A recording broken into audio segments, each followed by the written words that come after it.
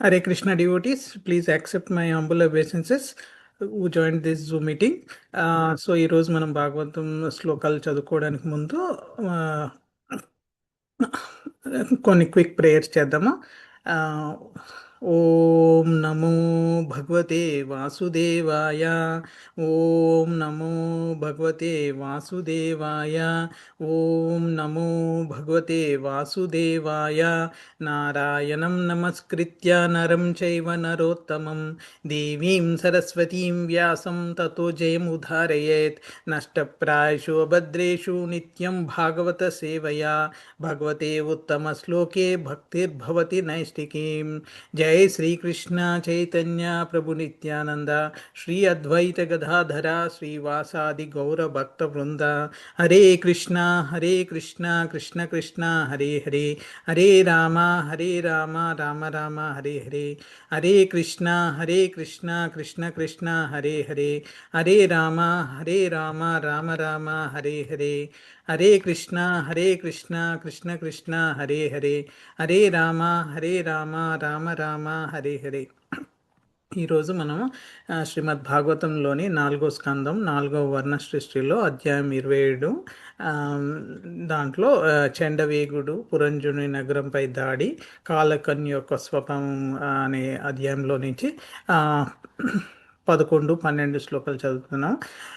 So సంస్కృతిలో EJ చాక్రతుభిర్ఘోరైర్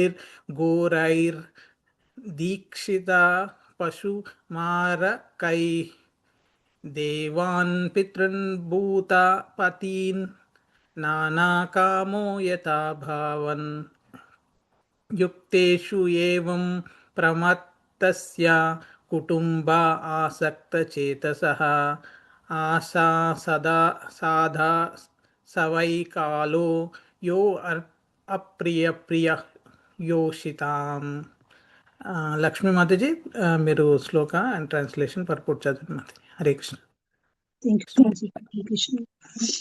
ఈరోజు శ్రీమద్ భాగవతం చతుర్థ స్కందం అధ్యాయం 27. అధ్యాయం పేరు పురంజనుని పురముపై చండవేగుడు దండెత్తుట నుండి 11, 12 శ్లోకాలు చదువుకుంటూ 11వ శ్లోకం.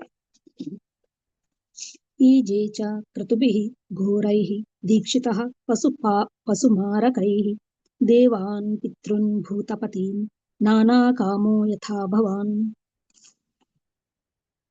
నారదముని పలికెను, ఓ ప్రాచీన బర్హి, నీవలనే పురంజనుడు కూడా పెక్కు కోరికలను కలవాడయుండి దేవతలను, పితృదేవతలను, భూతపతులను నానావిధ యజ్ఞములచే అర్చించెను. పశువధ యుక్తమైయున్న కారణమున ఆ యజ్ఞములన్నీయును అతి ఘోరముగా ఉండెను. ప్రాచీన బర్హికి ఉపదేశము చేయుటకే పురంజనుని చరితమును వివరించుచున్నట్లు నారదముని ఈ శ్లోకమున తెలియజేసెను. నిజమునకు ఈ వర్ణనమంతయు అలంకారయుక్తముగా ప్రాచీన బర్హి కర్మ వర్ణనమే అయ్యున్నది. ఈ శ్లోకమున నారదముని యథాభవాన్ అనగా నీవలనే అని నిర్మోహమాటముగా పలికెను. పురంజనుడు ఎవరో కాదు, స్వయముగా ప్రాచీన బర్హియే అని అది సూచించుచున్నది. పరమ వైష్ణవుడైన నారదముని యజ్ఞములలో జరుగుచున్నట్టి పశువధను నిలుపచేయగోరెను. యజ్ఞములను నిలిపివేయమని చెప్పినచో ఆ రాజు వినడు అని ఎరిగియున్నందునే నారదముని పురంజనుని చరితమును వివరించుచున్నాడు. కాని మొట్టమొదటిసారి అతడు తన ఉద్దేశమును ఈ శ్లోకమున నీవలనే అని పలుకుచు పాక్షికముగా తెలియజేసెను. వంశాభివృద్ధి యందు అనురక్తులైన కామ్యకర్మరతులు భావి తరాల వారి కొరకై పెక్కు యజ్ఞములను నిర్వహింపవలసి ఉండును మరియు బహుదేవతార్చనము చేయవలసి ఉండును.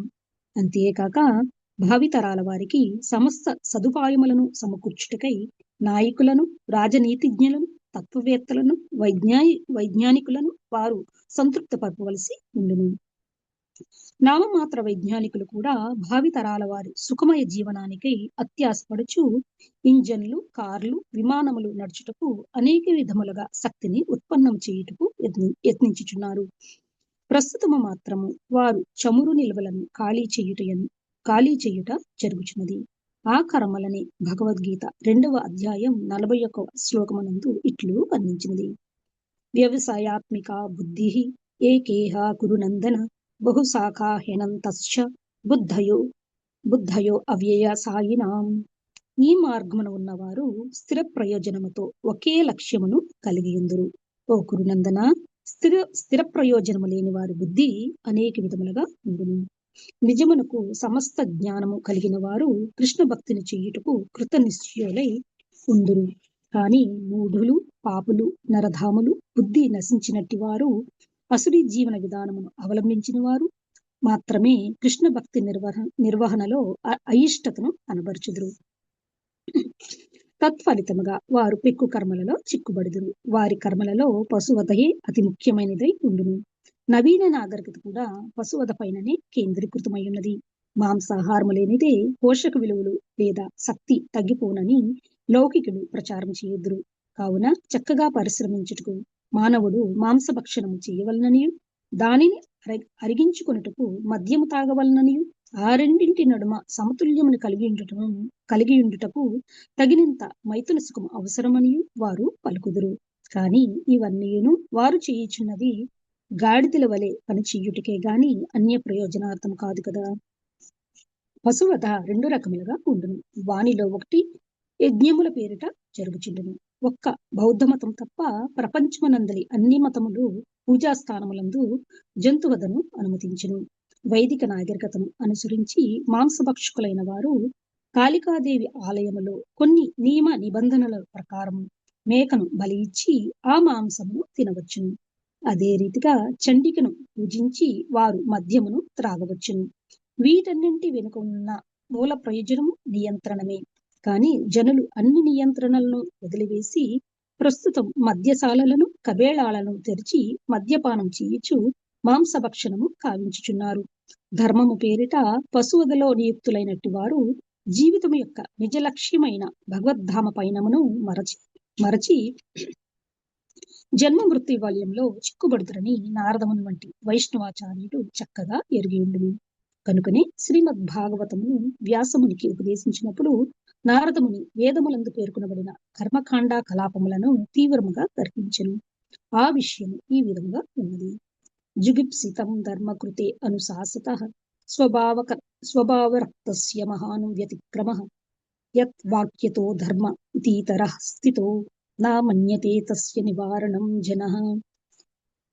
జనులందరూ సహజముగా భోగాభిలాషులై ఉందురు. ధర్మము పేరిట వారిని నీవు అదే మార్గమునందు ప్రోత్సహించితివి. ఇది నిక్కముగా నిందనీయమును అయుక్తమును అయ్యున్నది. నీ ఉపదేశములచే నిర్దేశింపబడిన కారణముగా వారు అట్టి కర్మలను ధర్మము పేరిట స్వీకరించి అంతలి నిషేధములను మాత్రము అలక్ష్యపరుతురు. అనేకములకు ఉపపురాణములను రచించినందులకు వ్యాసదేవుణ్ణి శ్రీల నారదముని తీవ్రంగా మందలించెను. అవన్నీయును జనసామాన్యము యొక్క మార్గదర్శనము కొరకే ఉన్నప్పటికీ ప్రత్యక్షముగు భక్తి యోగము వానియందు పేర్కొనబడనందున నారదముని వానిని గ్రహించెను. తదనంతరము నారదుని ఉపదేశానుసారము దేవదేవుడు శ్రీకృష్ణుని ప్రత్యక్షముగు భక్తి యోగము వ్యాసదేవునిచి శ్రీమద్ భాగవతమునందు వర్ణితమైంది. సారాంశమేమనగా విష్ణు భగవానుడు గాని వైష్ణవుడు గాని ధర్మము పేరిట ఎన్నడూను జంతువధను అనుమతింపరు. పైగా శ్రీకృష్ణుడే బుద్ధావతారమున అవతరించి ధర్మము పేరిట జరుగుచున్నట్టి పశువధను ఆపివేయించెను. భగవద్గీత యందలి 18వ అధ్యాయములో పేర్కొనబడినట్లు ధర్మము పేరిట జరిగిన పశువధ తమోగుణ ప్రభావముననే జరుగునట్టిది. ఆ విషయము ఇట్లు వర్ణితమైనది. యయా ధర్మం అధర్మం చ కార్యం చ అకార్యమేవ చ అయాథవత్ ప్రజానాతి బుద్ధిః సా పార్థరాజసి.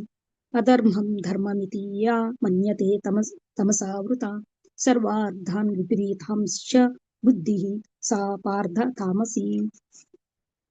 ఓ పార్థ, ధర్మము మరియు అధర్మము నడుమగల భేదమును గాని చెయ్యవలసిన కార్యము మరియు చెయ్యదగని కార్యము నడుమగల భేదము గాని తెలిసికొన లేనట్టి బుద్ధి రాజసిక బుద్ధి అనబడును. ఇక అజ్ఞానము మరియు భ్రాంతి కారణముగా అధర్మమును ధర్మముగాను మరియు ధర్మమును అధర్మముగాను భావించుచు ఎల్లప్పుడూ తప్పు త్రోవన పోవునట్టి బుద్ధి తామస గుణమును కూడినట్టిది. తమోగుణయుతులే పశువధను కూడినట్టి ధర్మ విధానములను సృష్టించురు. నిజమునకు ధర్మమునది దివ్యమైనది, ఆధ్యాత్మికమైనది. శ్రీకృష్ణ భగవానుడు ఉపదేశించినట్లుగా సర్వధర్మములను విడిచి మనం ఆ దేవుణ్ణి శరణు వేడవలసి ఉన్నది. ఈ విధముగా భగవానుడు భక్తులు భగవత్ ప్రతినిధులు వసువద ఏమాత్రము లేనట్టి దివ్యమైన ధర్మముని ఉపదేశింతురు. కానీ దురదృష్టవశాత్తు ప్రస్తుతం భారతదేశం నందు అనేక మత ప్రచారకులు ధర్మము పేరిట అధర్మమును ప్రచారం చేయుచున్నారు. సామాన్య మానవుడు కూడా భగవంతుడే అనుచు వారు సన్యాసులతో సహా ఎల్లరను మాంసభక్షణం చేయవచ్చునని పలుకుదురు. 12వ శ్లోకం. యుక్తేషు ఏవం ప్రమత్తస్య కుటుంబ ఆసక్త చేతసః అససాదాస వైకాలో యో అప్రియః ప్రియయోషితాం. ఈ విధముగా పురంజనుడు కామ్యకర్మల ఎడ కుటుంబమునెడ ఆసక్తుడును కలుషిత చిత్తము కలవాడునునై అమిత లౌకిక ఆసక్తులైన వారికి ఏమాత్రము నచ్చనట్టి అంశమునకు అరుదించెను. ఈ శ్లోకమునందు ప్రియ యోషితం మరియు అప్రియ అను పదములు ప్రధానమైనవి. యోషిత్ అనగా స్త్రీ అని, ప్రియ అనగా ప్రియమైన లేదా ఆనందదాయకమైన అని భావం. లౌకిక భోగమునందు అత్యంత ఆసక్తులైన వారికి మరణం ఏమాత్రము రుచింపదు. ఈ సందర్భమున ఉపదేశాత్మకమైన ఒక చక్కని కథను తెలుసుకుందాముగాక. పూర్వము ఒకప్పుడు ఒక సాధు పురుషుడు మార్గ మధ్యమున చలుచుండగా రాజకుమారుడు ఎదురయ్యను. అతనిని గాంచిన సాధువు రాజపుత్ర చిరంజీవ అని దీవించెను. తదనంతరము ఆ సాధువు ఇంకొక సాధువును కలుసుకుంటా తటస్థించెను. అప్పుడు అతడు ఆ సాధువుతో నీకిష్టమైనచో జీవించుము లేదా మరణింపుము అని పలికెను. పిమ్మట సాధువు ఒక బ్రహ్మచారిని కలిసినప్పుడు భక్త నీవు శీఘ్రమే మరణించుట ఉత్తమము అని దీవించెను. చివరగా ఆ సాధువు ఒక వేటగానిని కలిసెను. అప్పుడు సాధువు ఆ వేటగానితో ఓయి నీవు మరణింపవలదు జీవింపవలదు అని పలికి అచ్చట నుండి వెడలిపోయాను. సారాంశమేమనగా అత్యంత కాముకలై ఉండి ఇంద్రియ భోగరతులైన వారు ఏనాటికి మరణింపగోరరు. సాధారణంగా రాజకుమారునికి ఇంద్రియ భోగార్థము విస్తారమగు సంపత్తి ఉండును. కనుకనే సాధువు అతనిని చిరంజీవ అని దీవించెను. ఏలయన ఎంతకాలము జీవించినచు అంతకాలము రాజపుత్రుడు సౌఖ్యమును అనుభవించుచు మరణానంతరము నరకమునికి పోవలసినను. బ్రహ్మచారి అయిన భక్తుడు భగవద్ధామమును చేరుటికై తపోయుత జీవనమును గడుపుచుండును. శీఘ్రమే మరణించినచో అతడు ఆ తపోమయ కష్ట జీవనమును విడిచి భగవద్ధామమునకు ఏగగలడు. కనుక సాధువు అతనిని అట్లు దీవించెను.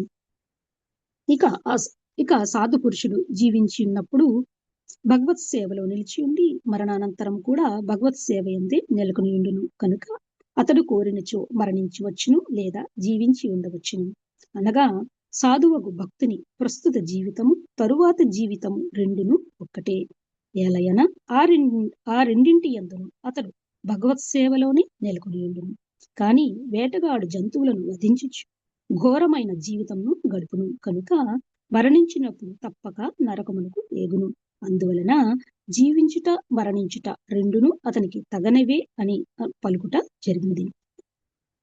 పురంజనుడు వృద్ధావస్థకు అరుదించుట జరిగెను. ముసలితనమున ఇంద్రియములు తమ పటుత్వమును కోల్పోవును. ముసలివాడు ఇంద్రియ భోగమును ముఖ్యముగా మైథున సుఖమును అనుభవించగోరినను అతని ఇంద్రియములు సహకరింపవు. అట్టి వ్యసనపరులు ఎన్నటికి మృత్యువునకు సిద్ధపడి ఉండరు. వైజ్ఞానిక పురోగతిచే ఎంతకాలము వీలైతే అంతవరకు జీవితము పొడిగించుకునవలనని వారు కోరుదురు.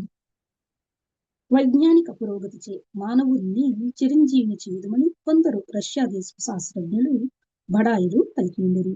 అట్టి చపల చిత్తుల నాయకత్వమున నేటి నాగరికత కొనసాగుచున్నది. కానీ క్రూరమైన మృత్యువు త్రోసుకు వచ్చి వారు ఎల్లకాలము జీవింపగోరినను వారినందరినీ తీసుకుని పోవును. అటువంటి మన ప్రవృత్తిని హిరణ్యకశిపుడు ప్రదర్శించుండెను. కానీ కాలము పరిపక్వం కాగానే భగవానుడే స్వయముగా అతని క్షణములో వధించి వేసాను. థ్యాంక్ యూ ప్రభుజీ. హరే కృష్ణ. థ్యాంక్ యూ మాతాజీ. ఈరోజు కొంచెం టైం ఎక్కువ తీసుకున్నాము మనము, బట్ 2 శ్లోకాలైనా చెప్పాలి అనుకొని ఈరోజు ట్రై చేస్తున్నాను. సో థ్యాంక్ యూ ఆల్, ఈ అవకాశం ఇచ్చినందుకు ధన్యవాదాలు. So quick prayers. ఓం అజ్ఞానతిమిరాంధస్య జ్ఞానాంజనాశలాకయ చక్షురున్మిలితం యేన తస్మై శ్రీ గురువే నమః.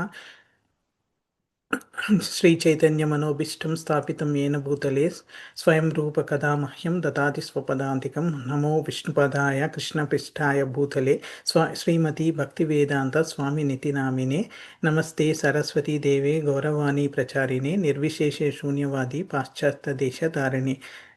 జై శ్రీకృష్ణాయ వాసుదేవాయ దేవకీ నందనాయ చ నందగోపకుమారాయ గోవిందాయ నమ. జై శ్రీకృష్ణ చైతన్య ప్రభు నిత్యానంద శ్రీ అద్వైత గదాధర శ్రీవాసాది గౌరభక్తవృంద. హరే కృష్ణ కృష్ణ కృష్ణ హరే హరే, హరే రామ రామ రామ హరే హరే. హరే కృష్ణ కృష్ణ కృష్ణ హరే హరే, హరే రామ రామ రామ హరే హరే. హరే కృష్ణ కృష్ణ కృష్ణ హరే హరే, హరే రామ రామ రామ హరే హరే. సో ఈరోజు మనం ముందు చెప్పినట్టు మనం 4వ స్కందంలో 4వ వర్ణ సృష్టిలో 27వ అధ్యాయంలో ఉన్నాం. దీంట్లో టోటల్గా వచ్చేసి 30 శ్లోకాలు ఉన్నాయి. 1 నుంచి 5 ఏమో ఒక సెక్షన్. అదేమో పురంజనుడు తన రాణితో కాలాన్ని మరిచి భోగాలలో మునిగిపోవడం. తర్వాత సెక్షన్ వచ్చేసి 6 నుంచి 12 పురంజనుని కుటుంబ విస్తరణ, అతని వృద్ధాప్యం. సో ఆ సెక్షన్లో మనం ఈరోజు 11, 12 చెప్తాం. రేపటి నుంచి 3వ సెక్షన్ స్టార్ట్ అవుతుంది. 13 నుంచి 18 చెండవేగుడు పురంజను నగరంపై దాడి చేయడం. లాస్ట్ 19 నుంచి 30 శ్లోకాలేమో చెండవేగుని కుమార్తె అయిన కాలకన్య కథ. అది సో ఇప్పుడు మనము సెకండ్ సెక్షన్లో ఉన్నాం. దాన్ని కూడా 2 సబ్ సెక్షన్స్గా డివైడ్ చేసుకుంటే 6 నుంచి 10 ఏమో పురంజనుడి కుమారులు, కుమార్తెలు, మనవరాళ్ళు, వాళ్ళ గ్రాండ్ డాటర్స్, వీళ్ళందరి ఎట్లా అతని సంపదను దోచుకున్నారు, అతను వారి పట్ల మమత ఎట్లా పెంచుకున్నాడు, బంధితుడయ్యాడు అనేది తెలుసుకున్నాం. తర్వాత ఈరోజు చదివేది 11, 12. ఇక్కడ ఏంటంటే ప్రాచీన భవిష్యత్తుకి ఫస్ట్ టైం చెప్తాడు లైక్ యూ అని. సో నారదుడు పురంజనుని కథలో నీలాగనే ఆయన తన కోరికల వల్ల కర్మకాండ యజ్ఞాలలో మునిగిపోయాడు, చివరికి వృద్ధాప్యం వచ్చింది అని నారదుడు ప్రాచీన భవిష్యత్తుకి ఈ అలగారికల్ స్టోరీ లాగా చెప్తాడు అన్నట్టు. సో మనం ఇది సేమ్ స్టోరీ లాస్ట్ 2 చాప్టర్స్ నుంచి చేస్తున్నాం. ఇది కంటిన్యూ అవుతుంది ఇక్కడ కూడా ఆయన బోధన నారదుడిది. సో దీంట్లో ఫస్ట్ టైం అతనికి చెప్తాడు అన్నట్టు, నువ్వు లైక్ ఇక్కడ పురంజనుడు అంటే నువ్వే అని. యథాభావాన్ అనేది లాస్ట్ 2 వర్డ్స్ అన్నట్టు ఫస్ట్ శ్లోకాలో 11th శ్లోకాలో. సో దీంట్లో ఆల్మోస్ట్ టర్నింగ్ పాయింట్ అతని జీవితంలో. సో కోరికలతో నడిచే ఈ కర్మకాండ జీవితానికి ఈ వృద్ధాప్యం రావడం, మరణం చేరువ కావడం అనేది ఈరోజు మనం ఆ కాంటెక్స్లో మాట్లాడుకుంటున్నాం. సో ఇందులో 4-5 థీమ్స్ ఉన్నాయి. బట్ ఈ కోరికలు ఏంటి, ఈ కుటుంబం మీద అటాచ్మెంట్లు, మమత, ఇవన్నీ ఏంటి, ఓల్డ్ ఏజ్ ఏంటి, సో కాలము ఎవరిని విడిచిపెట్టదు అనేది ఒకటి, భక్తి ఒక్కటే మనల్ని రక్షిస్తుంది అనేది, ఇవి డీటెయిల్గా చూద్దాం. సో ఫస్ట్ శ్లోక వచ్చేసి ఎలా ఇంప్లికేట్ అయ్యాడు పురంజనుడు అతని డిజైర్స్ వల్ల అని. సెకండ్ వచ్చేసి ఓల్డ్ ఏజ్ గురించి మాట్లాడుకోండి. సో ఫస్ట్ దాంట్లో నారదముని ప్రాచీన పరిషత్కి ఉద్దేశించి చెప్తున్నాడు, నీవు అనేక కోరికలతో బంధించబడి దేవతలు, పితృదేవతలు, భూతపతులు సంతృప్తిపరచడానికి పశువధను తో కూడిన ఘోర యజ్ఞాలను చేస్తున్నావు అని చెప్తాడు. సో స్టార్టింగ్ మనము నారదుడు వచ్చినప్పుడు చూపిస్తాడు చనిపోయిన యానిమల్స్, అవి రాజు చనిపోవడానికి కోసం వెయిట్ చేసి గాల్లో ఉన్నాయి ఆత్మలు, సో వెయిట్ చేస్తున్నాయని చూపిస్తాడు. సో అతను డైరెక్ట్గా చెప్తే వినడని ఈ కథల ద్వారా చెప్తూ ఇప్పుడు ఫస్ట్ టైం నువ్వే నీలాంటి కోరికలు, నీకున్న కోరికలే ఇది ఈ పురంజనుడికి ఉన్నాయి, పురంజనుడు అంటే అసలు నువ్వే అనే విధంగా చెప్తున్నాడు అన్నట్టు. సో కొంచెం స్టోరీ మీద ఇంట్రెస్ట్ క్రియేట్ చేసి, స్టోరీ మీద అతనికి ఆ క్యారెక్టర్ మీద అది ఇప్పుడు మనం సినిమాలలో చూస్తాం కదా, హీరోయిజం క్రియేట్ చేసినట్టు. సో అతని మీద మనం ఆటోమేటిక్గా అట్రాక్ట్ అయిపోతాము, అన్ని విలన్స్ వచ్చినా కూడా కొడతాం. సో ఆ విధంగా పురంజనుడిది ఎలివేషన్ చేసి ఈ విధమైన కథ చెప్తున్నాడు నారదుడు ప్రాచీన పరిషత్కి. సో అప్పుడు నువ్వని ఇప్పుడు ఫస్ట్ టైం లైక్ యూ యథాభావన్ అనేది ఇండికేట్ చేస్తున్నా. సో దీంట్లో ప్రభుపాద్ గారు చాలా భగవద్గీత శ్లోకాలు, భాగవతం శ్లోకాలు కూడా యూజ్ చేశారు. సో మనం ఫస్ట్ భగవద్గీత శ్లోకం వచ్చేసి సెకండ్ చాప్టర్ 41లోది యూజ్ చేశారు. వ్యవసాయాత్మక బుద్ధి ఏకే కురు నందన బహుశాఖ యంత్యశ్చ బుద్ధయో వ్యవసాయినాం అన్నారు.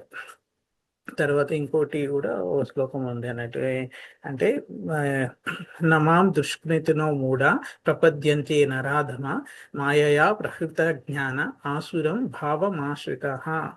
సో ఇది 7th చాప్టర్ 15th శ్లోకం వస్తుంది. దీంట్లో ఏంటంటే మెయిన్గా నేను దానికి కూడా వస్తాను, ఆ శ్లోకానికి కూడా. సో ఇందులో 4 రకాల కేటగిరీ పీపుల్ నా దగ్గరికి రారు.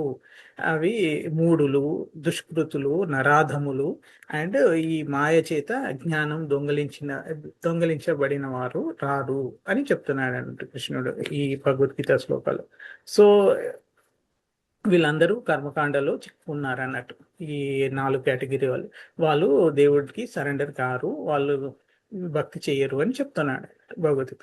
సో అండ్ ఇంకోటి ఏంటంటే ఆ వ్యవసాయక బుద్ధి అంటే స్పిరిచువల్ పాత్లో రిజల్యూట్గా ఉన్నవాళ్ళు. సెకండ్ చాప్టర్ 41 శ్లోకాన్ని దాంట్లో ఈ స్పిరిచువల్ పాత్లో రిజల్యూట్గా ఉన్నవాళ్ళు, ఫిక్స్డ్గా ఉన్నవాళ్ళు, డిటర్మిన్గా ఉన్నవాళ్ళు, భక్తిలో ఉన్న వాళ్ళకు ఒకటే గోల్ కృష్ణ ప్రేమ. అలా వాళ్ళ ఏమి ఉంటుంది. అదే మెటీరియల్ ఇంటెలిజెన్స్లో ఉన్న వాళ్ళకి అలా బుద్ధి ఎట్లుంటుంది అంటే మెనీ బ్రాంచెస్గా ఉంటాయి, ఎన్నో వేస్గా ఉంటాయి. వాళ్ళకు ఒక గోల్ అంటూ ఉండదు, ఎన్నో చేయాలనుకుంటారు, ఎన్నో లైక్ చాలా ఎగ్జాంపుల్స్ ఇక్కడ కోట్ చేస్తారు. వాళ్ళు చాలా ఇవి చెప్తుంటారు. అంటే ఇప్పుడు ఫర్ ఎగ్జాంపుల్ మనం మామూలుగా అడ్వర్టైజ్మెంట్ చేస్తుంటారు మామూలుగా మీట్ ఈటింగ్ గురించి రెస్టారెంట్లలో కానీ దేంట్లో అయినా. వాళ్ళు ఎట్లా చెప్తారంటే దాంట్లో విటమిన్ వాల్యూ ఎక్కువ ఉంటుంది, అది వైటిలిటీ లేకపోతే రెడ్యూస్ అయితే తినకుంటే. సో అది తింటే ఫిట్గా ఉండి చాలా కష్టం చేస్తారు. మళ్ళీ అట్లాంటిది డైజెస్ట్ కావడానికి లిక్కర్ తీసుకుంటే కూడా మంచిది. సో ఇలా చేస్తుంటే బ్యాలెన్స్గా వైన్ తాగుతూ, వైన్ ఫ్రూట్స్ నుంచి వస్తుంది, వైన్ జ్యూస్ అని అట్లాగా అలకాలకి ఈ మీట్ ఈటింగ్కి ప్రోత్సహించి దాంతో సఫిషియెంట్ కాక దాంతో ఈ సెక్షువల్ డ్రైవ్ సాటిస్ఫై చేసుకోవచ్చు, అలా గాడిదలాగా పనిచేయచ్చు అని చూపిస్తుంటారు ప్రతి దగ్గరే. సో వాళ్ళు ఎంతసేపు ఇప్పుడు లైక్ ఇండియా వచ్చినప్పుడు ఆల్మోస్ట్ స్వతంత్రం వచ్చినప్పుడు ఒక 80% దాకా వెజిటేరియన్స్ ఉండే.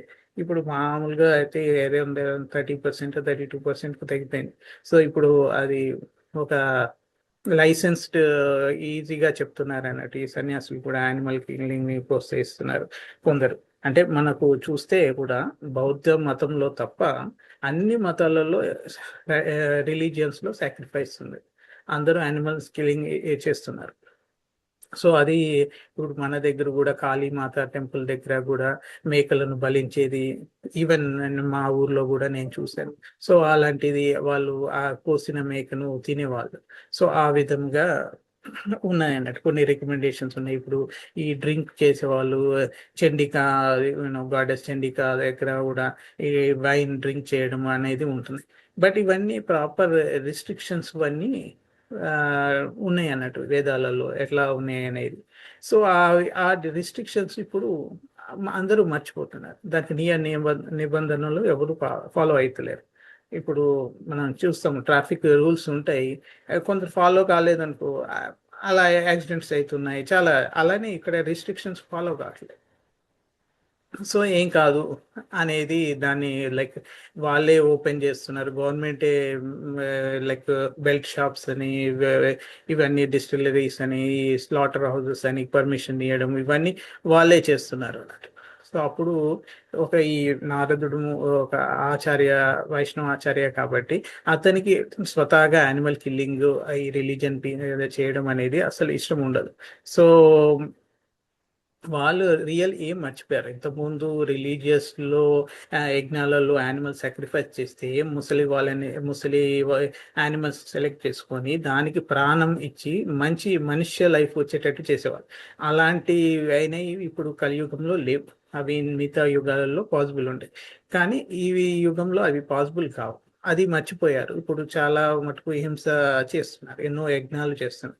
సో దాంట్లో అవి తిరిగి రావు, చాలా మంది చంపుతారు. అందుకే వ్యాసముని డైరెక్ట్గా నారదుడు వచ్చినప్పుడు నారదుడు చెప్తాడు, నువ్వు రాంగ్ గా రాసావు, నువ్వే యాక్చువల్గా ఎంకరేజ్ చేసావు ఇండైరెక్ట్ గా అని ఒక శ్లోకాన్ని కోట్ చేస్తారు. ఆయన జుగుప్స్పితం మాతాజీ చదివారు, ఈ పర్పోర్ట్ లో ఉంది.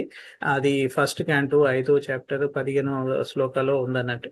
సో ఈ మామూలుగా ప్రజలు సహజంగా ఇంద్రియాలకు ఆకర్షితులైతారు. అలాంటి వారికి ఇదే ధర్మం అని చెప్పి భోగాలను ప్రోత్సహించడం అత్యంత తప్పు, నిందనీయం. సో అలా చెప్పిన వారి మాటలు ధర్మంగా భావించి ప్రజలు నిషేధాలను పట్టించుకోవట్లేదు. బికాజ్ వేదాలలో ఉన్నాయి యానిమల్ కిల్లింగ్ అనే మాటే మాట్లాడు, తర్వాత ఎట్లాంటి సిచ్యువేషన్లో ఉన్నాయి, ఎప్పుడు చేయాలి ఏంటి అనేది మాట్లాడుకోవట్లేదు. ఓన్లీ ఉన్నాయి, చంపొచ్చు. సో కాబట్టి అది లైక్ చాలా జుగుప్సితం, అంటే భారీ తప్పు, అది చాలా చేసావు అని నారదుడు వ్యాసదేవుడిని చెప్తూ ఉంటాడు అన్నమాట. ఇది అప్పుడు గురువు ఒక ధర్మకర్తగా చెప్పిన మాటలను ప్రజలు అక్షరాల ధర్మంగా తీసుకుంటారు. అందువల్ల వారు నిషేధాలను, రెస్ట్రిక్షన్స్ పట్టించుకోకుండా భోగాలను ధర్మం అనుకొని కొనసాగిస్తున్నారు. సో ఇది పెద్ద స్పిరిచువల్ ప్రోగ్రెస్ కి ఇది మెయిన్ అబ్స్ట్రక్షన్ అన్నట్టు. కాబట్టి నువ్వు చేసిన మిస్టేక్ని నువ్వే కరెక్ట్ చేసుకోవాలి వ్యాసదేవ అని నారదుడు చెప్తున్నాడు.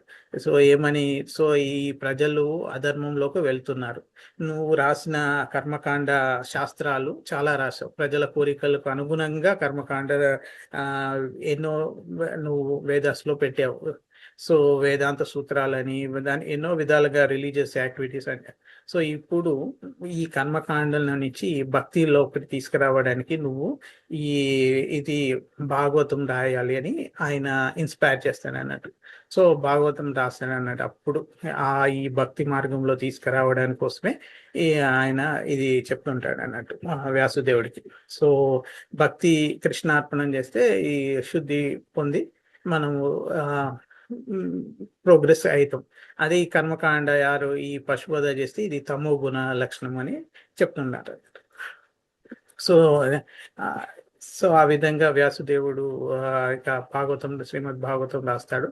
సో అది మనకు అర్థమైంది. ఆయన ఈవెన్ స్వయంగా మన బుద్ధ అవతారంలో కూడా విష్ణువే బుద్ధాలకు వచ్చి కూడా ఈ యానిమల్ కిల్లింగ్ ని స్టాప్ చేపిస్తాడు. సో అహింస పరమో ధర్మ అని బోధించేసి మన ఇండియా యాక్చువల్గా ఆల్మోస్ట్ 4 రిలీజియన్స్ కి పుట్టిన ఇల్లు అన్నట్టు. Buddhism, Jainism, Sikhism, Hinduism. So అందులో ఈ రిలీజియన్ లోనే no animal killing at least clear గా ఉన్నారు, మిగతా అన్నిట్లలో ఉన్నాయి. సో మన ల్యాండ్ లో 4 రిలీజియన్స్ కి వచ్చిన మన ఇండియా అని చాలా గర్వంగా చెప్పుకోవచ్చు. మిగతా వాళ్ళు కూడా ఎప్పటి నుంచో ఉన్నారు. ఇప్పుడు ఈవెన్ జూయిస్ కూడా ఆల్మోస్ట్ మోర్ దెన్ 2000 years నుంచి ఉన్నారట. ఇజ్రాయెల్లో జూస్ ఉంటారు కదా, ఎలాంటి ప్రాబ్లమ్స్ లేకుండా ఇండియాలో. సో క్రిస్టియానిటీ కానీ ఇవన్నీ ఎప్పటి నుంచో, ఇస్లాం కానీ ఎప్పటి నుంచో ఉన్నాయి. సో అందరూ హ్యాపీగా మన ఇండియాలో ఉంటున్నారు. సో మన దగ్గర అంత బాగుంది అన్నట్టు. సో మనం బుద్ధుడి అవతారం గురించి అర్థమైంది మనకు ఈ పశువధను ఆపడానికి కోసమే. పశువు అంటే ఇక్కడ యానిమల్ అన్నట్టు, నేను ఆవుల గురించే మాట్లాడట్లేను. పశువధ అంటే any type of animal killing. So మొత్తం క్లియర్గా వివరించారు. తర్వాత ఈ యానిమల్ సాక్రిఫైస్ కూడా in the name of religion ఎవరైతే చేస్తున్నారో ఈ తమో గుణం వల్ల చేస్తున్నారు, ద మోడ్ ఆఫ్ ఇగ్నోరెన్స్. అది భగవద్గీతలో 2 శ్లోకాలు 18th chapter 31 and 32 కూడా పూర్తి చేశారు అన్నట్టు. ఈరోజు యాక్చువల్గా అన్ని శ్రీల ప్రభుపాద పర్పూట్లో ఉన్న భగవద్గీత శ్లోకాలే చదువుతున్నాను, వేరే ఏం చదవట్లేదు. యా ధర్మం అధర్మం చ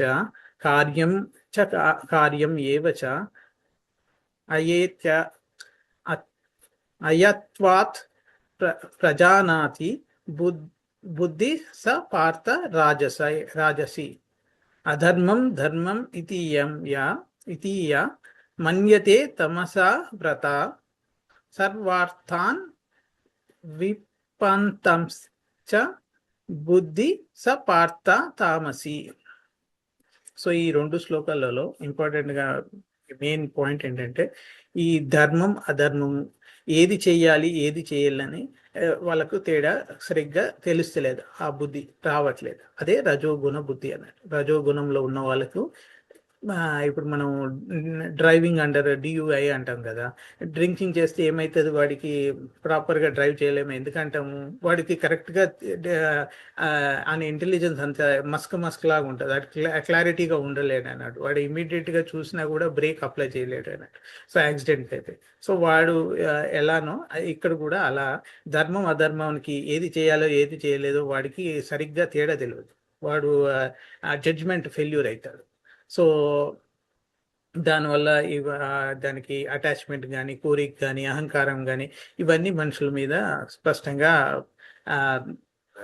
ప్రభావం చూపిస్తుంటాయి. అప్పుడు వాడికి ఇంకా వేరే ఈజీగా తప్పు చేసే దాంట్లో పోతాడు అన్నట్టు. అండ్ తామస యొక్క బుద్ధి ఏంటంటే, ఈ నెక్స్ట్ శ్లోకాల్లో మనం 2 శ్లోకాలు చదివాం కదా, 32 శ్లోకాల్లో తామస యొక్క బుద్ధి గురించి చెప్పారు. సో అధర్మాన్ని ధర్మంగా, ఇదేంటంటే ఇంకో స్టెప్ పెరిగేసి అధర్మాన్ని ధర్మంగా అనుకుంటారు. ఈ ధర్మాన్ని అధర్మంగా భావించి బుద్ధి అన్నట్టు. అంటే ఇది పూర్తిగా ఆపోజిట్ అయిపోతాయి. అంటే వక్రించి చేసే అజ్ఞానంతో బుద్ధి కప్పబడినట్టు సిచ్యువేషన్ తమో గుణానికి చెందిన అన్నట్టు. వాడికి మంచి చెప్పినా అది తప్పులాగా అనిపిస్తుంది, తప్పు మంచిలాగా అనిపిస్తుంది. సో అలా ఉంటారు అన్నట్టు, వాదిస్తుంటారు. మన ఇంతకుముందు ప్రభుపాద్ గారు చెప్పినట్టుగా అదే దానిలో విటమిన్స్ వస్తాయి, దాంట్లో చాలా ఎనర్జీ వస్తుంది, అది అవసరము, మళ్ళీ అది డైజెస్ట్ చేయడానికి వైన్ అవసరము, తర్వాత దానివల్ల సెక్షువల్ ఇంటర్ కోర్స్ బాగా చేస్తారు, అలా దానివల్ల ఎంత కష్టమైనా పని చేస్తారు. ఇట్లా రాంగ్ డెఫినేషన్స్, రాంగ్ థియరీ ఇట్లా వెళ్ళిపోతారు అన్నట్టు. ఇది టోటల్ యాక్చువల్గా ఏంటంటే తామసం అనేది total ignorance, mode of ignorance అంటారు. అజ్ఞానం, ఈ మోహం, అలసత్వం, లేజినెస్. సో ఇక పూర్తిగా తప్పుల నిర్ణయాలు తీసుకుంటాం. రజోగుణం అట్లీస్ట్ బెటర్. సో అది అన్నట్టు. సో మనం సింపుల్గా లైన్ ఒక పాయింట్లో గుర్తుపెట్టుకోవాలంటే, రజోగుణం బుద్ధిని కన్ఫ్యూజ్ చేస్తుంది, గందరగోళానికి గురవుతాం. అదే తమో గుణం పూర్తిగా వక్రీకరిస్తుంది, ఆపోజిట్ అయిపోతుంది. సో అది మోడ్ ఆఫ్ ఇగ్నోరెన్స్, అది మనం అర్థం చేసుకోవాలి. నిజమైన ధర్మం అంటే మనకు 18 చాప్టర్లో చెప్పినట్టు, సర్వధర్మాన్ పరిత్యజ్య మామేకం శరణం భవజ అహం త్వాం సర్వ పాపేభ్యం మోక్షయిష్యామి మా శుచ. సో ఆయన అని శరణు కోరేదమే ఇంపార్టెంట్. ఈ కర్మకాండ, పశువద, దేవత ఆరాధన, లేకపోతే ఈ వేరే అన్ని యోగాల కన్నా ఇంపార్టెంట్ భక్తి యోగా. కాబట్టి దాంట్లో పూర్తిగా కృష్ణుడికి శరణాగతి మన చేయడమే మెయిన్ ధర్మాల కన్నా హయ్యెస్ట్ ధర్మ అని భగవద్గీత 66లో చాప్టర్ 18లో చెప్తారండి.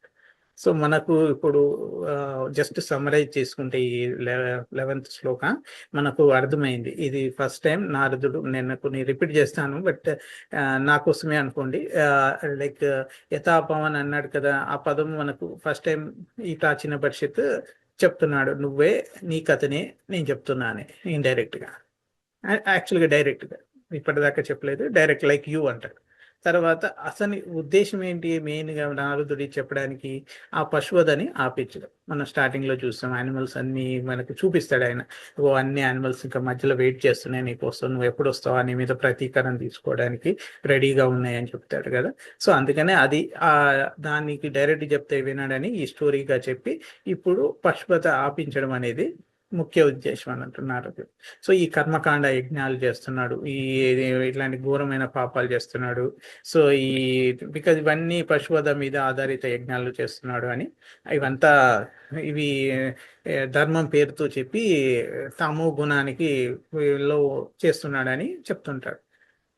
సో ఈ కర్మకాండ జీవితము చాలా కోరికలు, డిజైర్స్ యొక్క బంధనం.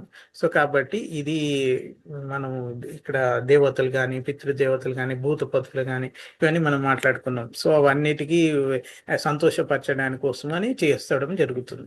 సో మనం లైక్ అదే విధంగా ఈవెన్ మన సైంటిస్టులు కూడా ఏమంటారు, మనం నెక్స్ట్ జనరేషన్ ఇంకా ఇంకా బెటర్గా చేయాలి, ఇంకా ఈజీ చేయాలి అని. ఇప్పుడు మన కార్స్ కానీ ఇవన్నీ లైక్ పెట్రోల్ పెట్రోల్ యూజ్ చేయడం, తోవడం, ఇవన్నీ మొత్తం డ్రిల్ చేసి మొత్తం పెట్రోల్ అంతా తీసేస్తున్నారు. న్యాచురల్ రిసోర్సెస్ అన్నీ ఎగ్జాస్ట్ అయిపోతున్నాయి. ఇవి ఒక 100 years కన్నా ఎక్కువ ఉండయి. తర్వాత నెక్స్ట్ ఏంటి అనేది ఇప్పుడు సోలార్ టెక్నాలజీ వచ్చేసింది. ఇప్పుడు సోలార్ కార్స్, ఇప్పుడు అంటే ఎలక్ట్రిక్ కార్స్, అన్నది ఫ్యూచర్ సోలార్ కార్స్ అయిపోతుంది. సో ఆ విధంగా ట్రై చేస్తూ ఉన్నారు. సో వాళ్ళు ఏంటంటే లైఫ్ని ఈజీ చేయాలి, నెక్స్ట్ లైఫ్ని వీలైనంత కొత్త వనరులు వెతకడం. సో వాళ్ళకు డిజైర్స్ అన్లిమిటెడ్ కదా, అది చెప్పాం కదా, బహుశాఖ వ్యవసాయకత్మ బుద్ధి అనే సెకండ్ చాప్టర్ 41 శ్లోకాలో. సో వీళ్ళు బహుశాఖ అంటే మెనీ బ్రాంచెస్ కాబట్టి వీళ్ళు ఈ విధమైన చేస్తూ ఉంటారు. అదే కృష్ణ భక్తులకు ఏకశాఖ, only one single goal, Krishna సేవే. సో వీళ్ళ కర్మకాండికులకేమో ఎన్నో శాఖలలో విస్తరించి ఉంటుంది బుద్ధి. సో వాళ్ళు ఎప్పుడు శాంతి పొందలేరు. సో నిజమైన బ్లిస్, ఆనందం అనేది కృష్ణ సేవలోనే ఉంటుంది. సో మనము ఆధునిక నాగరికత అంతా ఈ పశువధ మీదే ఆధారం పడింది. మనం చూసాం కదా ఎలా అడ్వర్టైజ్ చేస్తారు, లైక్ రెస్టారెంట్ లాగా అయినా విటమిన్స్ రావాలని ఇంకా మితండ వాదం చేస్తుంటారు. అది ఇవన్నీ రిలేటెడ్గా. సో ఇవన్నీ మనకు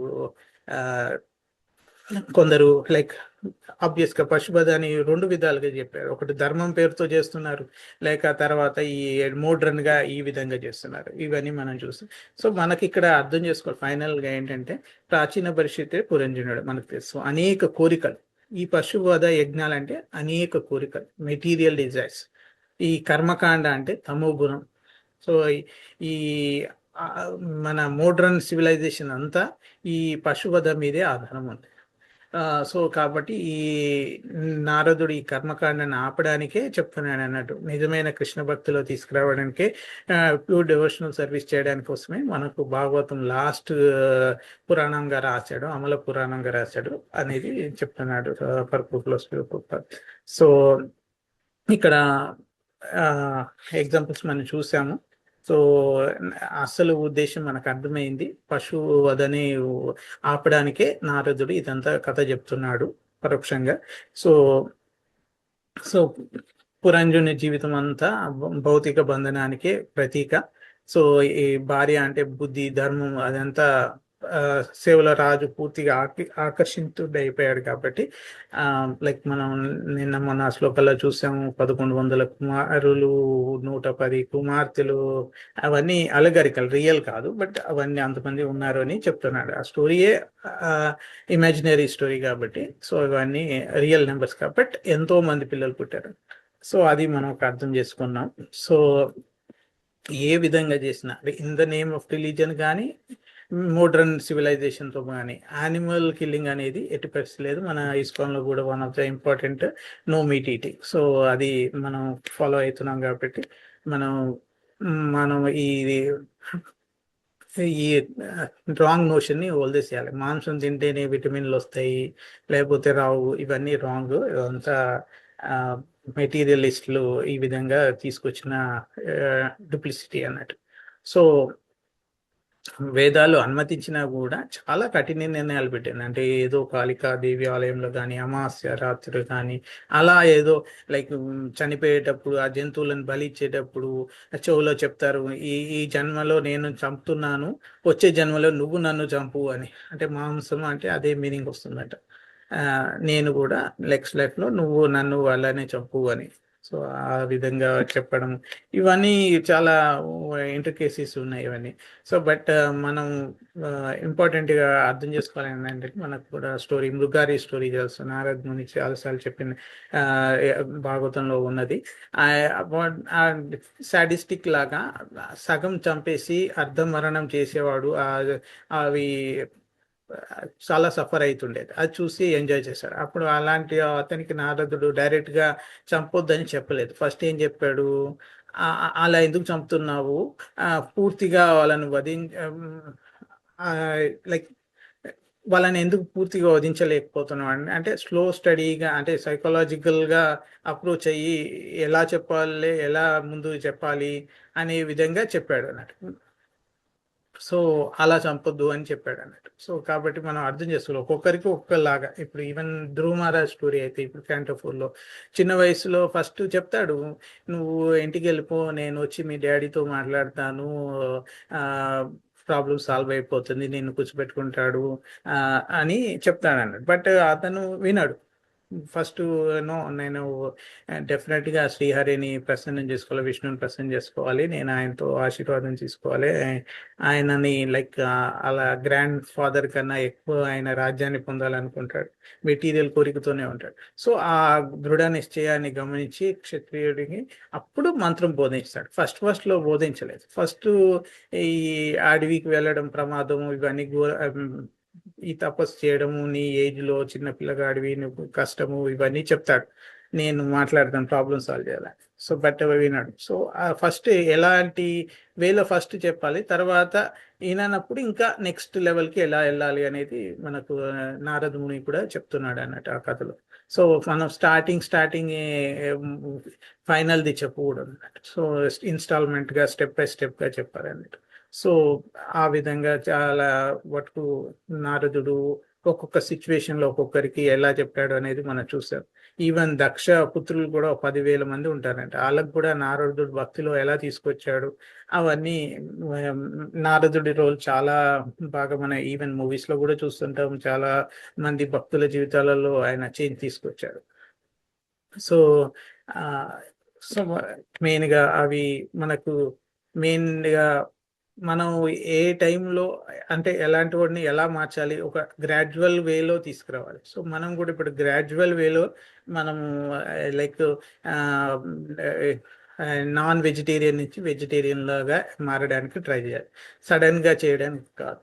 సో లైక్ ఇప్పుడు మనం చూస్తాం కొన్ని దేశాలలో మొత్తం ప్యూర్ వెజిటేరియన్స్ అసలు లేనే లేరు, ఆల్మోస్ట్ 0%, 1% అట్లా ఉన్నారు, ఇంకా లేరు అన్నట్టు. సో కాబట్టి అది చూసుకోవాలి. కాబట్టి ఒకటేసారి మార్చలేం మనం, ఈ గుణాల ప్రభావం సడన్ గా తీయలేం అన్నట్టు. బట్ మెయిన్గా ఏంటంటే మాంసాహారం ఇవన్నీ తమో గుణానికి సంబంధించినవి అన్నట్టు. సో మనకు ఇది అర్థమైంది. తర్వాత నెక్స్ట్ శ్లోకాలో మనము చూస్తే ఈ ముసలితనము ఎలా వచ్చింది రాజుకి అనేది చెప్తాడు. సో దాంట్లో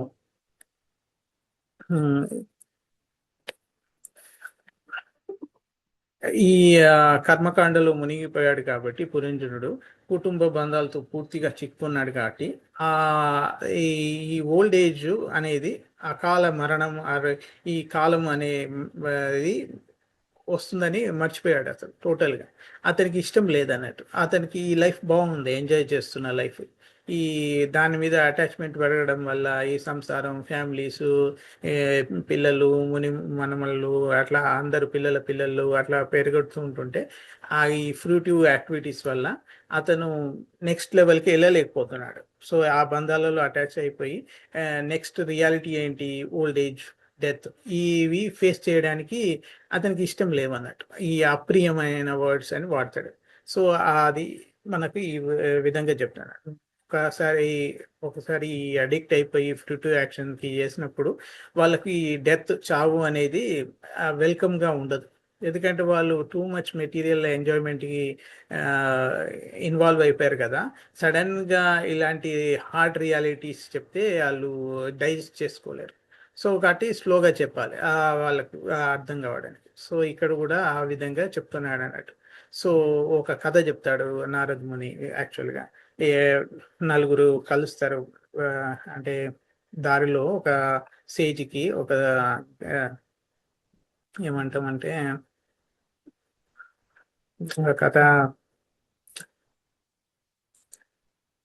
ఒక సాధువు ఒక విలేజ్కి వస్తాడు అన్నాడు, గ్రామానికి. అతడు కి మామూలుగా చాలా తపస్సు చేసి జ్ఞానము ఇవన్నీ ఉన్నాయి అని అందరూ గ్రామానికి ఉన్న ప్రజలు చెప్తూ ఉంటారు. పక్క గ్రామస్తులకు కూడా వెళ్తూ ఉంటుంది విషయాలు, ఆ గ్రామానికి ఈ గ్రామానికి రాకపోకలు ఉండడం వల్ల.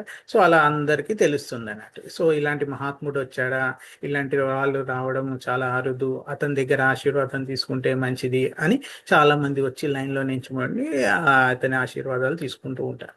సో అలాంటి సిచ్యువేషన్లో ఒకరోజు రాజకుమారుడు, ఒక బ్రాహ్మణ పండితుడు, ఒక బ్రహ్మచారి, వేటగాడు ఎదురవుతారు అన్నట్టు. సో అప్పుడు నారదు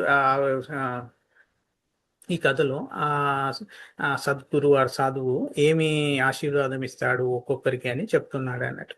సో రాజకుమారుడు కలిసినప్పుడు నువ్వు ఎప్పటికీ బ్రతుకు అంటే ఆల్వేస్ నువ్వు కంటిన్యూ టు లీవ్ అనే విధంగా ఆశీర్వదిస్తాడు. ఎందుకంటే అతనికి శారీరకంగా బలం ఉంది, శరీరం వైజ్గా రాజ్య సుఖాలు ఉన్నాయి, భోగాలు ఉన్నాయి, సో స్త్రీలు వినోదం అన్నీ ఉన్నాయి. సో అతనికి ఇంద్రియాలలో సుఖంలో పూర్తిగా మునిగిపోయాడు.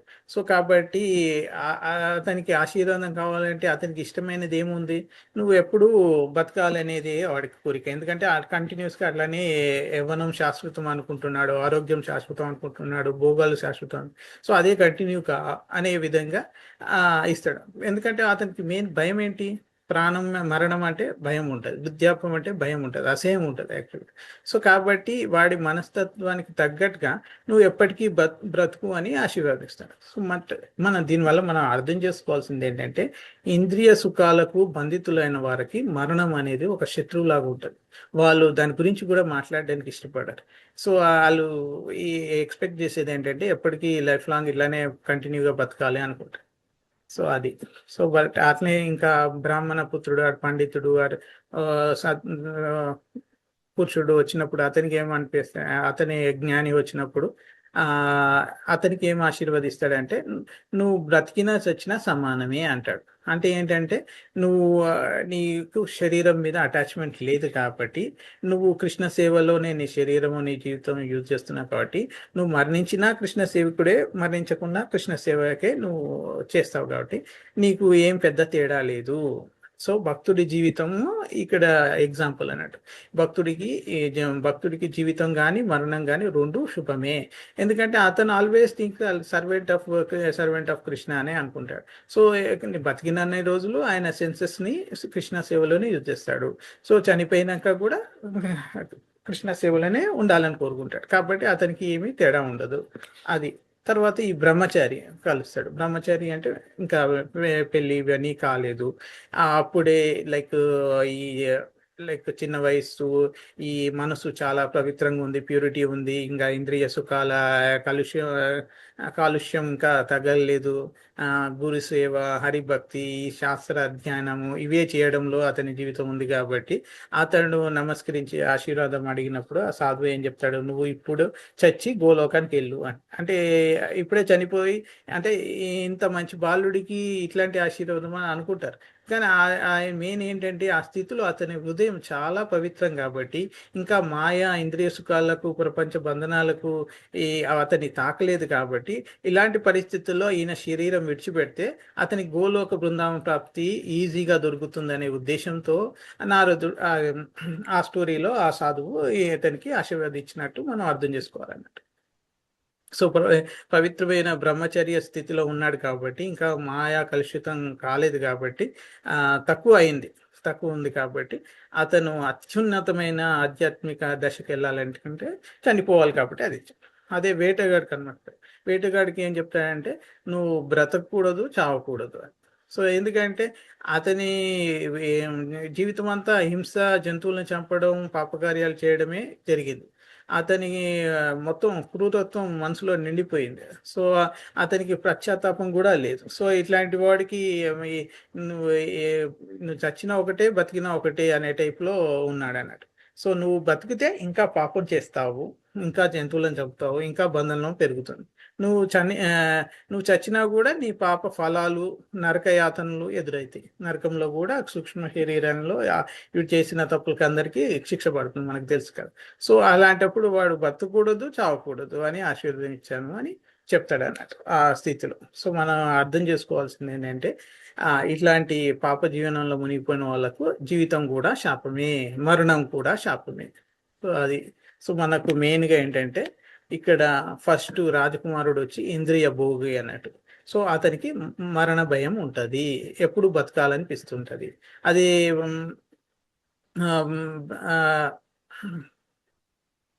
ఒక సాధువు కానీ, ఒక జ్ఞాని కానీ, భక్తుడు కానీ, జ్ఞానభక్తుడు కానీ జీవితం మరణం రెండు సమానం. సో రెండు సేవకే అవకాశం ఉందని అనుకునేవాడు. అది. అండ్ బ్రహ్మచారికేమో అది వాడు బెస్ట్ ఏజ్లో బెస్ట్ ఆశ్రమంలో ఉన్నాడు కాబట్టి శాస్త్రోధ్యయనం చేస్తున్నాడు కాబట్టి ఇంకా కలుషితం కాలేదు కాబట్టి సర్వోత్తమైన గతికి కూడా వెళ్ళగలుగుతాడు అన్నట్టు. సో ఇక పాప కార్యంలో మునిగిపోయినోడు అంతా వేటగాడితో సమానం. సో ఇప్పుడు అంతా మనం వేటగాళ్ళతో సమానం అనుకోవచ్చు. సో మనము లైక్ అలాంటి పరిస్థితిలో దయనీయమైన పరిస్థితిలో ఉన్నాం. సో మనము ఈ ఇంద్రియ సుఖాలలో ఈ కర్మకాండలో మునిగిపోయి ఈ రాజు స్థితి మనకి ఈ స్టోరీ వల్ల నారదుడు మనకు చెప్తున్నాడు అన్నట్టు. ఈ వృద్ధాప్యం మరణం అనేవి చాలా అప్రియమైనవి. ఈ సో ఇంద్రియ భోగికి మరణం శత్రు. సో ఇది మనకు అర్థం చేసుకోవాల్సిందే. బట్ అదే భక్తుడికి మనకి ఈ మరణం పట్ల నిర్భయత్వం వస్తుంది. వాడికి ఏమీ భయపడడు. నువ్వు భక్తి పెంచుకుంటే నీకు ఈ మరణ భయం కూడా పోతుంది. సో ఇంద్రియ సుఖాలకి అలవాటు పడినోడు మరణానికి భయపడతాడు. సో అది మన సెల్ఫ్ చెక్ కూడా చూసుకోవచ్చు. సో మామూలుగా కోరికలు, కర్మకాండ, ఈ పాప కార్యాలు ఇవి చేస్తూ ఉన్నాం అనుకో, మనకి డెఫినెట్గా ఆ భయం ఉంటుంది. సో మనం టెస్ట్ చేసుకోవచ్చు కూడా, మనకు భయం ఉందా మరణం మీద లేదా. సో ఈ అంటే నేను నా గురించి చెప్తున్నాను, అలా కాదు. కానీ ఇంపార్టెంట్గా మనం తెలుసుకోవాల్సింది ఏంటంటే ఈ కాలచక్రం ఆగదు కాబట్టి డెఫినెట్గా ఒక ఈ అటాచ్మెంట్స్ కంటిన్యూ అయినట్టు ప్రాచీన పరిస్థితికి ఎట్లా ఓల్డ్ ఏజ్ వచ్చిందో, ఎట్లా వృద్ధాప్యం వచ్చిందో మనకు కూడా వస్తుంది. సో కాబట్టి ఈ కర్మకాండ మనం రక్షించదు, శరీరము రక్షించదు, కుటుంబము రక్షించదు. మనం రక్షించేది ఒకటి భక్తి. మన భక్తి మనం ఈ శరీరం ఉన్నప్పుడే చేసుకోవాలి. ఇప్పుడు ఎందుకు ఈ వానప్రస్థ ఆశ్రమం గురించి చాలా మంది మాట్లాడుతున్నాయంటే ఇది మన గోల్డెన్ ఛాన్స్. ఇప్పుడు దాకా మనకు ఈ గృహస్థలో ఉన్నాం, ఏదో ఒక టైంలో ఈ అటాచ్మెంట్స్ తగ్గించుకొని మనం భక్తి చేసుకోవాలి, చాంటింగ్ చేసుకోవాలి. చాలా మందికి ఏంటంటే ఇప్పుడు ఫ్యామిలీ లైఫ్లో ఉన్నప్పుడు ఫ్యామిలీకి ఇంపార్టెన్స్ ఇవ్వాల్సి వస్తుంది, తప్పట్లేదు. చిన్నపిల్లలు ఉన్నారనుకోండి, నాలాగా ఇప్పుడు మా చిన్న అమ్మాయి 8 years, నేను ఇంకా అట్లీస్ట్ 10-12 years ఉండాల్సిందే. ఆమె అట్లీస్ట్ 18-20 years అయితేనే కదా నాకు కొంచెం అన్న ఫ్రీగా వచ్చేది. సో అంతవరకు తప్పదు. సో సో కొందరికి అలాంటి డిసడ్వాంటేజెస్ ఉంటాయి. అంటే పోవాలని ఉన్నా కూడా పోలేరు, బాధ్యతలు కూడా ఉంటాయి కాబట్టి. సో కాబట్టి బాధ్యతలు లేనివాళ్ళు, ఎస్పెషల్లీ పిల్లలు పెద్దగైన వాళ్ళు డెఫినెట్గా అన్నీ వదిలేసి కృష్ణ భక్తి చేసుకుంటేనే బెటర్. వాళ్ళ ఇప్పుడు పూర్తి టైం కృష్ణ భక్తికే అంకితం చేయాలి. ఇంకా ఏదానికైనా ఒక టైం లిమిట్ ఉంటుంది. ఆ లిమిట్ అయిపోయినాక మనం ఏం చేయలేము. వాళ్ళకి ఏది ఉంటే అదే అవుతుంది. సో లైక్ బికాస్ అది ఒక దగ్గర ఆగిపోదు. పెళ్ళిళ్ళు అంటాము, పిల్లలు అంటాము, పిల్లలు అంటాము, అలా అలా పెరుగుతూ ఉంటుంది. సో అది మనకి ఇక్కడ ఈ స్టోరీలో అర్థమవుతుంది కాబట్టి మనం అది ఇంపార్టెంట్ నేర్చుకోవాలి అన్నట్టు. మనం ఎంతవరకు ఒక దగ్గర స్టాప్ అయిపోవాలి. సో అలా అని కంప్లీట్గా ఇంకా నా బాధ్యత అయిపోలేదు, నేను భక్తి ఇప్పుడే చెయ్యను, వానప్రస్థకి ఇప్పుడే వెళ్ళను, నేను ఇంకా ఎర్నింగ్ చేస్తాను, ఇంకా రెగ్యులర్ గృహస్థ లైఫ్ చేయిస్తాను అని అనకూడదు అన్నట్టు. దాన్ని మనము అదే ఒక స్టేజ్కి మెంటల్గా ప్రిపేర్ అయ్యి మనం నెక్స్ట్ ట్రాన్సిషన్కి వెళ్ళాలన్నట్టు. సో ఫైనల్గా నాకు ఈరోజు అంటే పురంజన్ కథ నారదుడి చెప్పిన సందేశం ఒక్కటే, ఈ కర్మకాండ కానీ, కోరికలు కానీ, కుటుంబం అటాచ్మెంట్లు అన్నీ టెంపరీ. డెఫినెట్గా మనకు కాలం వస్తుంది, అంటే లైక్ డెత్ వస్తుంది. అప్పుడు మనల్ని రక్షించేది ఒక్కటి ఈ భక్తి. ఇంకా వేరేది ఏది మనం యూజ్ కాదు. సో కాబట్టి అది ఫైనల్ టేక్ అవే లాగా అనుకోవచ్చు. సో ఇంకా ఒకటైతే చెప్పాలనుకున్నాను. సో సో ఈ ఈ వృద్ధాప్యంలో ఏమైపోతుంది, శరీరం చాలా బలహీనం అయిపోతుంది, ఇంద్రియాలు పనిచేయవు. మనం చూస్తాం ఇక్కడ వాళ్ళకు ఆల్జైమర్స్ అనేది కూడా ఏదో వాళ్ళకి గుర్తు కూడా ఉండదు. వాళ్ళు లైక్ మంచి పండితుడు ఉండొచ్చు, సైంటిస్ట్ ఉండొచ్చు, చాలా నాలెడ్జ్ ఉండొచ్చు. వాడు ఒకసారి ఎవరో మాతాజీ ఒకసారి ఏదో స్టోరీలో విన్నాను, అతను బ్రెయిన్ ఇట్లా పనిచేయట్లేదు, అంటే ఆ సిచ్యువేషన్ ఏం సిచ్యువేషన్ అంటారో నాకు తెలియదు. సో డాక్టర్ దగ్గరికి వస్తే అసలు ఏమీ గుర్తు రావట్లేదు, చిన్నవి కూడా అడుగుతారు అన్న 2+5 7 అలాంటిది కూడా చెప్పలేకపోతున్నాడు.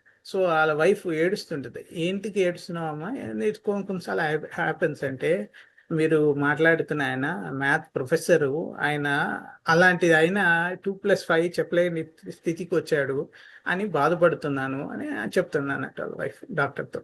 సో అలాంటి సిచ్యువేషన్స్ వస్తాయి, మన ఇంద్రియాలు పనిచేయవు. కొన్ని ఏజ్ అయిపోతుంటే, ఏ శరీరం బలహీనమైనప్పుడు. సో మనము కాబట్టి ఇది గుర్తుపెట్టుకోవాలి. బికాస్ ఈ మరణం అనేది నిజమైనది ఎప్పుడైనా వస్తుంది, ఎప్పుడైనా రావచ్చు. దాన్ని మనకు అట్లాంటి సిచ్యువేషన్ని మనం వచ్చినప్పుడు మనిషి నిజమైన స్థితి బయటపడుతుంది అన్నట్టు. సో అనేది మనం అర్థం చేసుకోవాలి. ఆ టైం మనం అంటే భక్తులుగా మనం ఎప్పుడు ఆలోచిస్తాం మనకు మరణం శరీరానికి మాత్రమే, ఆత్మకు కాదు అని. కానీ ఆ స్థితిలో ఉండగలగాలి, అది నిజంగా మనం ఫీల్ కాగలగాలి. సో మనకు తెలుసు సోల్కి డిస్ట్రాక్షన్ లేదు అనేది భగవద్గీత చాప్టర్ 2లో క్లియర్గా చెప్పాడు. సో బట్ మనం దాని మీద అటాచ్మెంట్ పెట్టుకొని చాలా బాధపడిపోతాం. సో అప్పుడు మనం ఇంకా కృష్ణనామస్మరణ ఏం చేస్తాం, ఏదే గుర్తు లేకుంటే. సో అలాంటి సిచ్యువేషన్కి వెళ్ళకూడదు. సో మనకు మంచిగా అన్నీ పనిచేస్తున్నప్పుడే we have to take the వానప్రస్థాశ్రమం. సో అది ఇంపార్టెంట్గా అనిపించింది నాకు. సో ఇలాంటి లైక్ విన్నప్పుడు కానీ ఇలాంటిది ఈ 2 శ్లోకాల నుంచి నేను నిన్న నుంచి ఆలోచిస్తా ఉన్నా, ఎలా చెప్పాలి ఏంటి, ఏమైనా ఎగ్జాంపుల్స్ ఎలా ఇవ్వాలి రియల్ వరల్డ్వి అని. సో నాకు అర్థమైంది ఏంటంటే కృష్ణ భక్తులకి ఈ మరణ భయం ఉండదు. సో మనము కూడా పెట్టుకోకూడదు. ఈ ఈ మెటీరియల్ సాటిస్ఫాక్షన్లో ఉండిపోయిన వాళ్ళకు ఈ అటాచ్మెంట్ ఎక్కువ ఉన్నోడికి మరణ భయం ఉంటుంది అనేది నాకు బాగా అర్థమైంది అన్నట్టు. సో అది మనం కంట్రోల్ చేసుకోవాలి. ఇంకా ప్రభుపాద్ చాలా కొన్ని కోట్ కూడా చేస్తారు. కొన్ని రష్యన్ సైంటిస్టులు కూడా చెప్పారంట, మనిషిని ఆమరుణ్ణి చేస్తాను, ఎప్పటికీ బతికేట. అది టోటల్ ఇగ్నోరెన్స్. అది ప్రకృతి నియమానికి విరుద్ధం. సో అది ఎవరూ తప్పించుకోలేదు. కాబట్టి ఇలాంటి మాటలు, బోగస్ మాటలని వినకూడదు. సో ఖచ్చితంగా మనకు వృద్ధాప్యం వస్తుంది. అప్పుడు మన ఇంద్రియాలు పనిచేయవు, నడవలేము, తినలేము, నిద్రపోలేము, శరీరం సహకరించదు. కాబట్టి మనం భక్తి చేయాల్సింది శరీరం సహకరించినప్పుడే. వానప్రస్థులనే అన్నీ చేసుకొని మంచిగా కృష్ణ భక్తి కంటిన్యూ చేయగలగాలి అనేదే ఈరోజు టేక్ అవే. ఇంకెవరికైనా ఏమైనా పాయింట్స్ ఉన్నా, ఏదైనా క్వశ్చన్స్ ఉన్నా అడగండి. దీని మీద. Hare Krishna.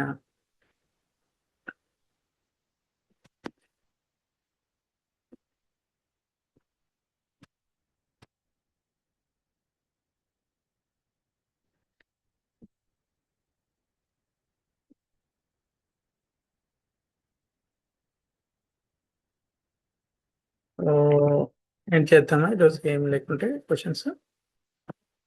Thank you for listening. If you hurt you or ఏదైనా తప్పు మాట్లాడితే క్షమించండి. I'm trying to be servant of Krishna. కాబట్టి thank you all for joining and patiently listening to me. వాంఛా కల్పతరుభ్యశ్చ కృపా సింధుభ్య ఏవ చ పతితానాం పావనేభ్యో వైష్ణవేభ్యో నమో నమః. గ్రంథరాజ్ శ్రీమద్ భాగవతం की जय, श्रील प्रभुपाद की जय, अनंत कोटि वैष्णव वृंद की जय. Thank you, Prabhu. Hare Krishna. Thank you, Prabhu. Hare Krishna. Thank you, Prabhu. Hare Krishna. It was a great class. I started late. Sometimes I get some appointments. Yeah. Thanks, Sandy. It was a great message. And thank you for taking time to share your wisdom and, take time to go over the Bhagavatam. Very, very good. Very good. How to in different varnashramas, right? And how to really get out of this death, fear of death, So Mrityu Bhayam and also the death is a very great message. Thank you so much. Yeah. Thank you, Mataji. I was నిన్న కూడా మీరు కనబడలేదు. I was missing you. 3-4 days nunchi, it varies. I'm trying my best to remember this 12 o'clock. And sometimes we do 1 o'clock also. That kind of, was not sure whether it is 12 o'clock block or the 1 o'clock block. But I think most likely it is happening on the 12 o'clock. So I think Yes. I'll keep that block open as much as possible. Yes, thank you, Mataji. నలుగురము 12కే చెప్తాము. మండేనే 1కి ఉంటుంది. So ఎప్పుడు అది ఏ day అండి? అది Monday. Monday. Okay. That's good to know because I didn't keep track of the day, but I know sometimes it's 1. So on Mondays it's 1 o'clock, so I can block that time that way. Yes. Yeah. Okay. Yeah. Thank you, Mataji. Thank you.